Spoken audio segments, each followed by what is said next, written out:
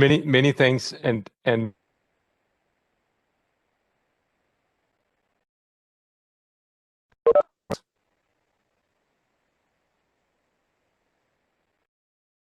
were in, and we have to be here online face.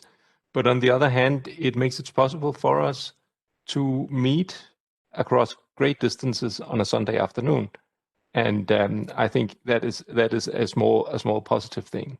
A little bit about ICT and sustainability. I'm going to take a very broad view on this. It's in these times very much connected to digital provision of education, but I'll try to go a little bit further than that and see what is the big picture of this. So I'll start and share my slides here, if I can find them. And there we are.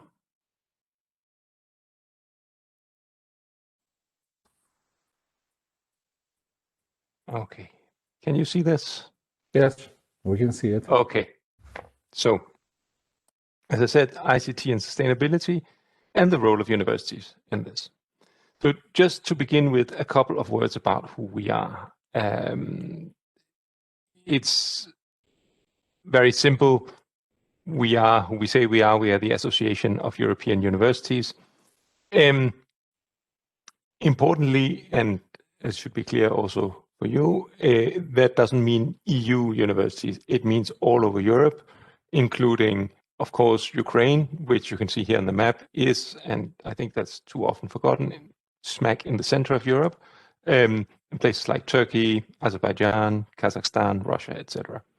And as you can see, we have a quite substantial Ukrainian membership here. We also have memberships of national organizations that help us with developing policies that are good for universities.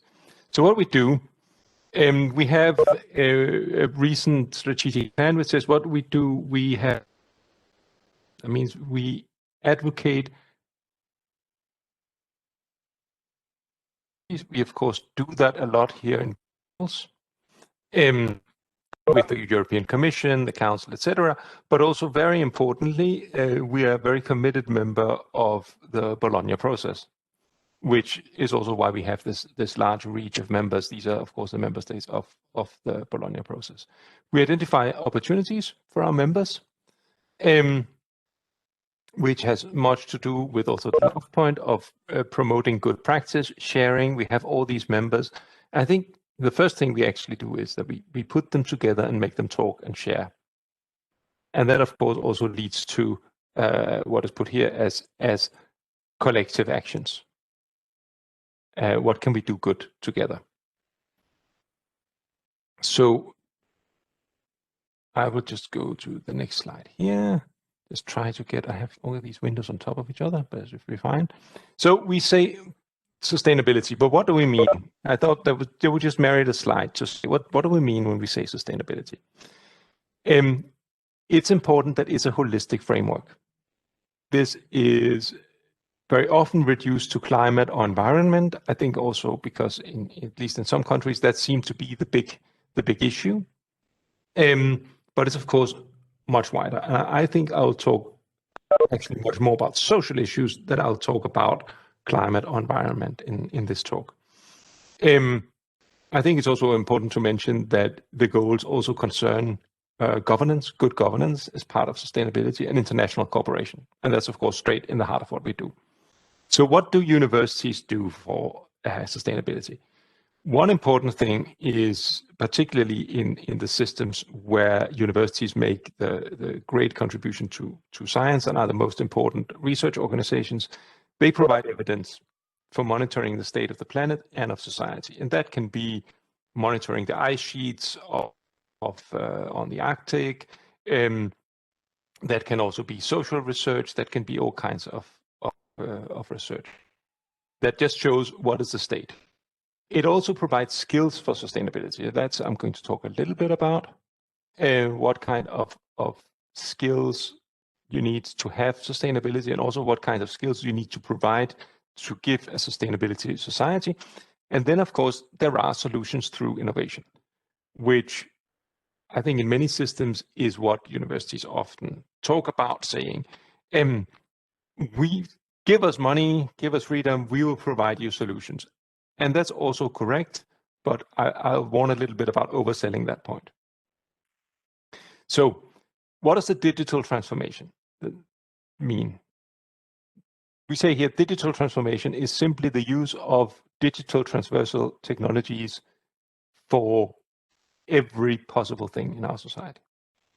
Really have a large digital transformation. Digital provision of learning, of course, been extremely important during the COVID crisis. That goes without saying, to be able to have online learning. But it's also on the longer term about ensuring access to skills. What do we need to teach our students and our lifelong learners in order to power in society, in their lives, in the labor markets? Then there are again the sustainability challenges, and I'll come back to that at the end of the talk, what those are. So at least here in Brussels, there's a lot of talk about reskilling and upskilling of Europe's labor force, saying a lot of jobs will change because of digitalization, and we need to reskill some people that need additional skills to do what they do, and upskill people whose jobs will disappear. It's also, and I think that's important, it's an increasingly important for taking part in society as a whole. And this is why I here put, you'll notice I try to throw as many colored squares here as I can to show really how wide it is concerning the sustainability development goals. It's a social issue.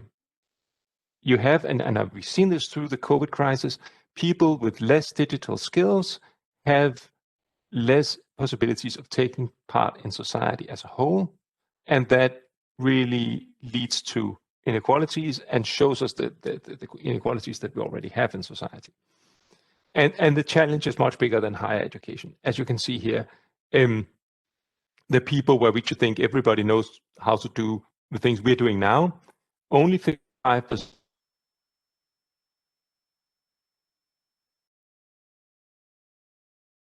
digital skills. So 45% of Thomas, the labor force. I'm so sorry for interrupting you. Yes, please. May I? Would you be so kind to switch off the video, because we have some problems with your audio? Probably we'll fix that in case you switch off the video. I'll see how I can do that. Thank you. Sorry. You see me?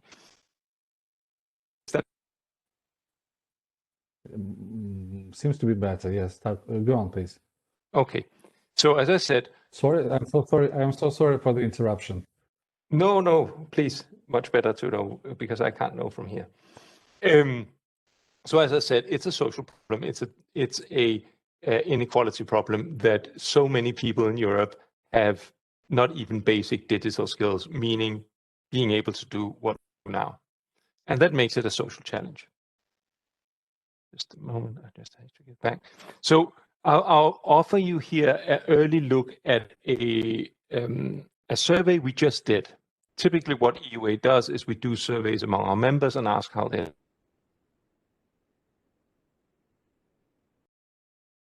See, most of our members have the general digital literacy in all programs. Very few do not have it either in one way or the other. But you can also see that much of the digital skills are specific study programs. Obviously within science disciplines, hard science, and when you come to the last one, data literacy and safety, that's typically really ICT. I won't give you an interpretation of these numbers because they're not out and I don't know them well enough to really interpret them, but I think they're interesting just to have a look and say it's not all bad, but it's certainly not all good. It's a glass half full, glass half empty picture we have of this. This report will come out very soon, and I can offer the links to it. Let's see what universities do for digital skills. I think that three main. There are the specialists, those that actually know how to develop the tools. Problem, and that's gender disparity. 80% of all graduates in these fields are male, according to the OECD, and that has huge consequences. One,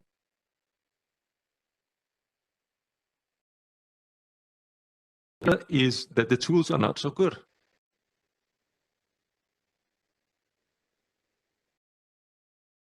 Issues with recognizing non-white and female faces. We know that. And we know it's because it's done with.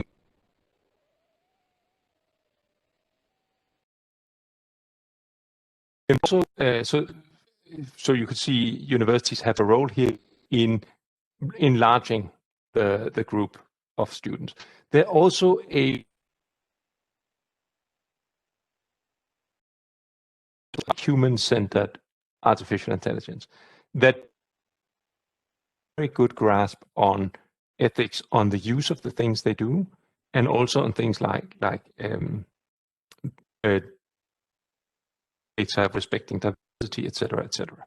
So this is one group, the specialists, and they, of course, graduate from universities.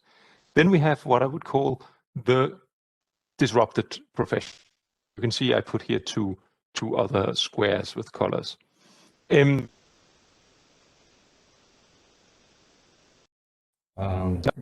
Thomas, I'm so sorry. Probably we have some poor connection as well.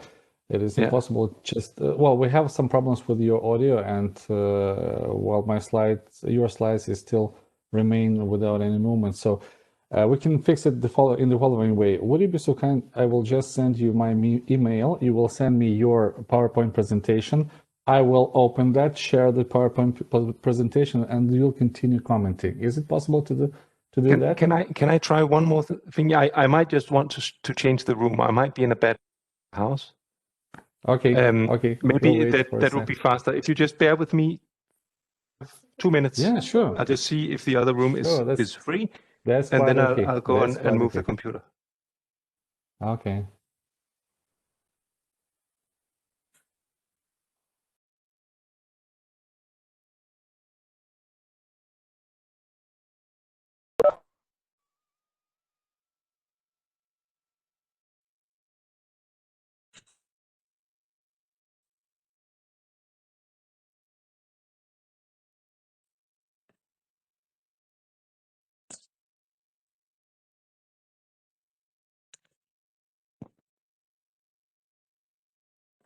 Okay, the room is free, so I will take my computer. And this is the wonderful thing with ICT technology. You can actually do these things. Everything is quite okay. Yes. I'll just plug it in. Okay, can you hear me well now? Nice. Yes, is it better? Okay.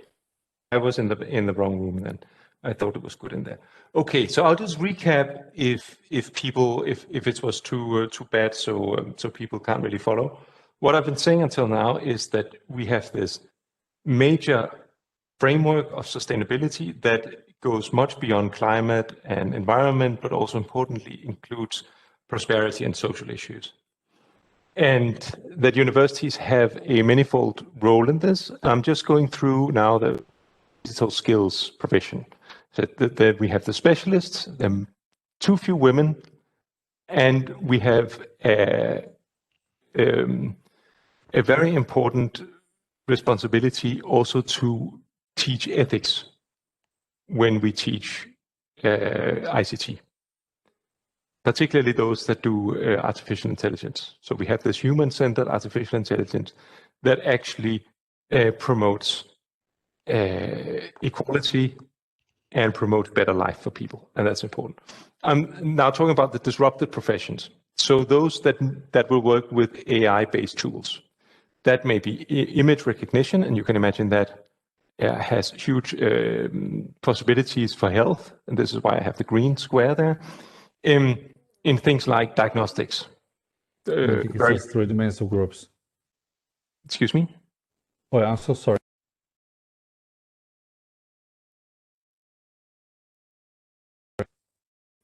I'm so sorry. I should have been muted. I'm really sorry for that. Okay, sorry.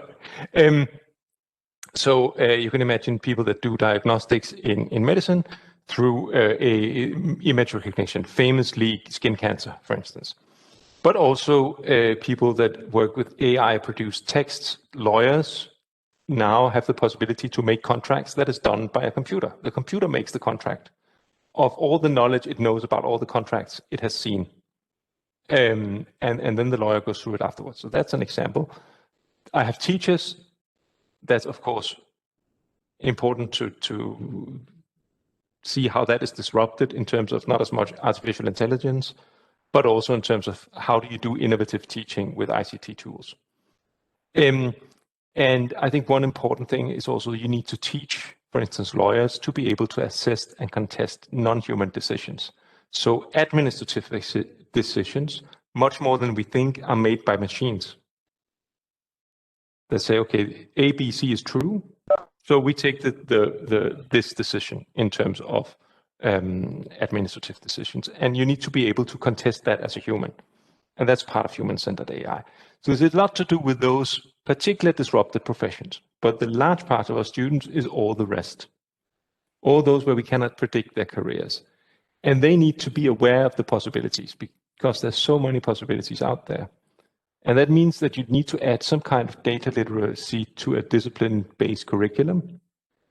And importantly, you need for this to engage in interdisciplinary learning and challenge-based learning so that students have access to deal with problems and work, for instance, social science with informatics students on specific problems and see how you can actually use one tool to meet a challenge. And that has to do with just knowing what's possible, not necessarily knowing to code, but knowing what's possible. And you also need the awareness about the specific contribution of ICT to sustainability in terms of what can this be used for to make the world better for all of us, for the environment as well as for welfare. So I'll now move to the technological innovation. And that's often seen as a solution to achieving environmental SDGs. We invest in technical solutions, and that will help us. And it's very tempting for universities to say, yes, that's right, give us more money, and we'll find this solution. But it's very important to be realistic about what technology can do, because we risk overselling ourselves.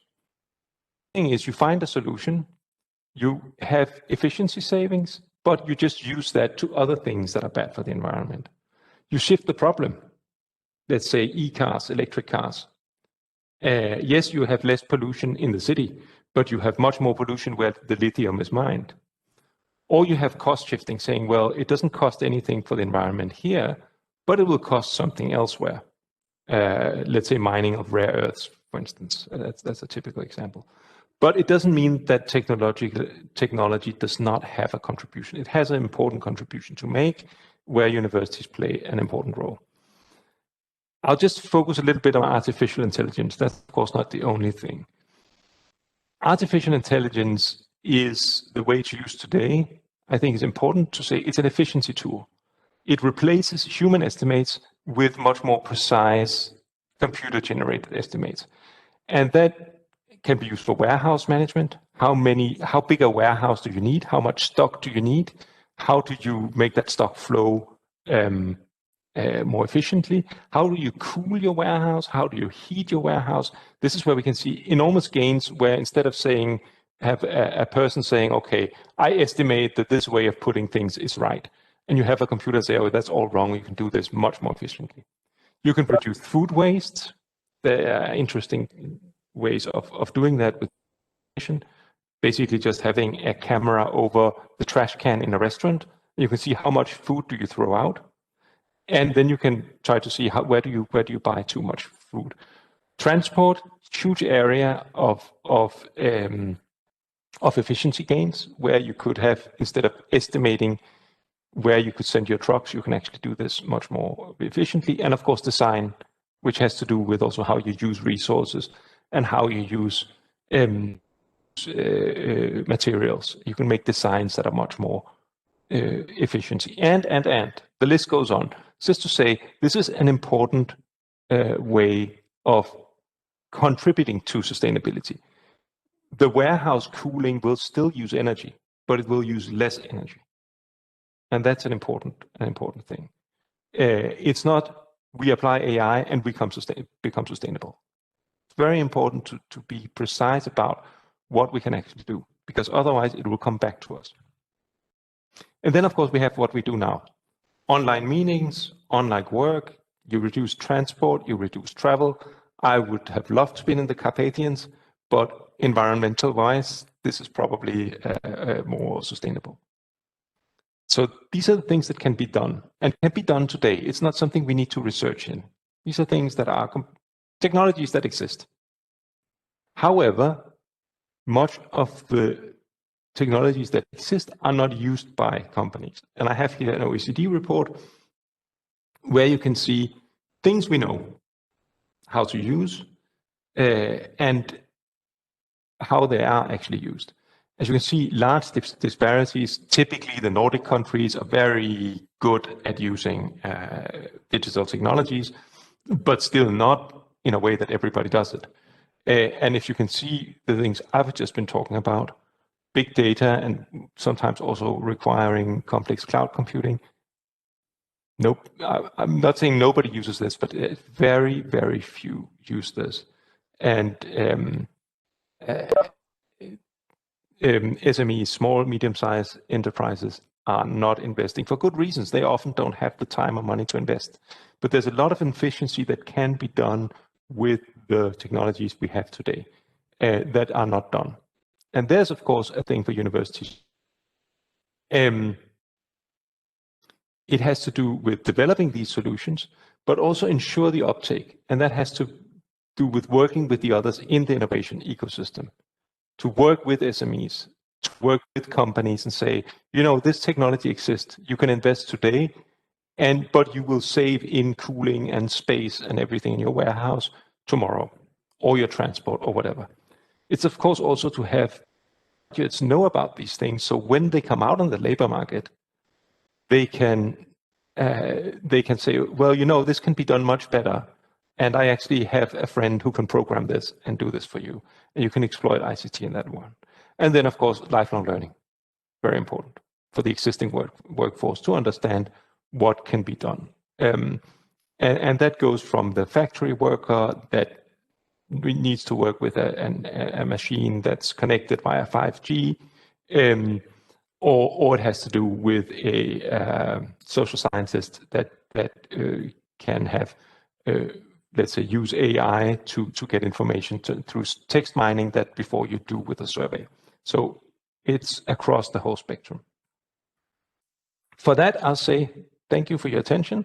I think it's important to realize that universities have a very broad responsibility here, but there are lots of opportunities. And I think for using ICT for sustainability and contribute to the general sustainability goals, universities have a big and important role to make.